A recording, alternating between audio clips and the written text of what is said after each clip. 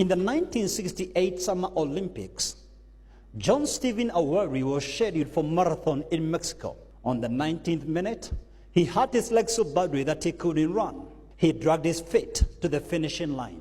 He crossed the finishing line 1 hour and a few minutes after the stadium lights had gone out, and the medals were already awarded. The reporters went over to him and asked him, "Sir, what kept you running after the stadium lights had gone out and the medals were already awarded?"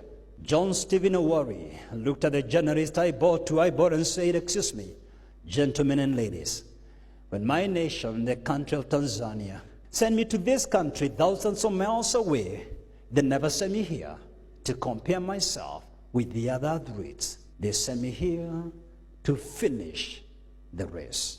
There's a race set before you. You will never be awarded for running someone else's race. Let me ask you, and I want you to be honest with me. How many in this live audience can confess? Just be very frank. Just be very frank right now. One day you are driving, say, to Nakuru. Just after Keno, there was another guy who passed you, Kimadharao. You got so upset and stepped on that accelerator to prove you have a point. Graciously, you are able to overcome this dude. But after that short celebration, the guy turned on the left to Maimahiu. He wasn't going to Nakuru after all.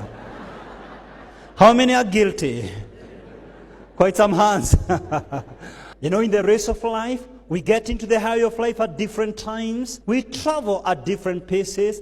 We exit at different times. The idea is to finish your race and finish strong and finish faith-free. The good news is this: you are being waited for at the finishing line. Don't give up. There's a crown ahead if you stay the course. But will only be rewarded for the race you are enrolled. The Apostle Paul talks about the race. I have finished my race. To quote him verbatim, 2 Timothy 4:7. I have fought the good fight.